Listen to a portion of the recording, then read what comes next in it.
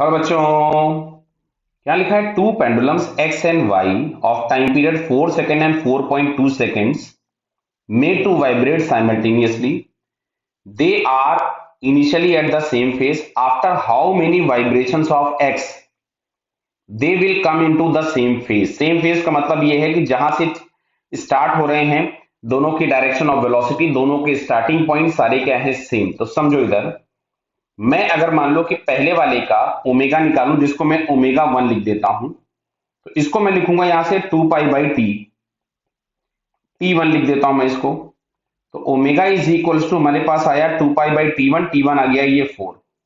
ऐसे ही यदि मैं ओमेगा 2 निकालूंगा तो इसको मैं लिख रहा हूं 2 पाई बाई टी 2। तो यहां से हम लोगों के पास आ रहा है 2 पाई बाई 4.2। तो देखो जरा ध्यान से, इसका ओमेगा ज्यादा है, इसका ओमेगा कम है, यानी ये ज्यादा ऑसिलेशन करेगा और ये कम ऑसिलेशन करेगा। अब सुनना इधर, वापस से सेम फेज आने का मतलब क्या है कि ये जितने भी ऑसिलेशन करेगा ये उससे मान लीजिएगा कि एक राउंड कम लगा रहा होगा।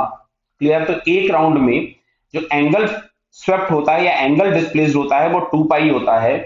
तो क्या हम लोग यहां से लिख सकते हैं कि पहला वाला जो है एक्स वाला वो टी टाइम में कुछ ओमेगा टी घूमेगा और दूसरा वाला कुछ ओमेगा 2 टी घूमेगा, लेकिन जो ये दूसरा वाला है वो उससे एक राउंड कम होगा। तो एक राउंड इसमें हम और ऐड करेंगे तो दोनों के डिस्प्लेसमेंट सेम आ जाएंगे, एंगुलर डिस्प्लेसमेंट। क्लियर है क्या? तो अब अगर हम यहां से निकालते हैं तो इसको हम लोग लिख सकते थे omega 1 minus omega 2 into T is equals to 2 pi. तो यहां से जो टाइम हम लोगों को मिल रहा है it is 2 pi upon omega 1। और ओमेगा 1 की जगह पे हम लोग लिख सकते थे, ये मैंने इसको लिख दिया 1/4 और 1/4.2। क्लियर? इस 2 पाई से 2 पाई तो कैंसिल हो गया, तो यहां से टी की वैल्यू हमारे पास आती है, अगर मैं एलसीएम ले लूं तो ये ऊपर मिलेगा 4 × 4.2 और नीचे आपके पास मिलेगा 4.2 माइनस 4, तो ये आ रहा है 0.2। क्लियर? तो यहां से हम लोगों को मिल रहा है 84 सेकेंड्स, यानी 84 सेकेंड्स के बाद वापस दोनों सेम फेज में होंगे। बट यहां से आपसे टाइम नहीं पूछा हुआ है, आपसे पूछा है हाउ मेनी वाइब्रेशन। तो जो पहला वाला एक्स वाला था वो 4 सेकेंड में एक वाइब्रेशन करता था।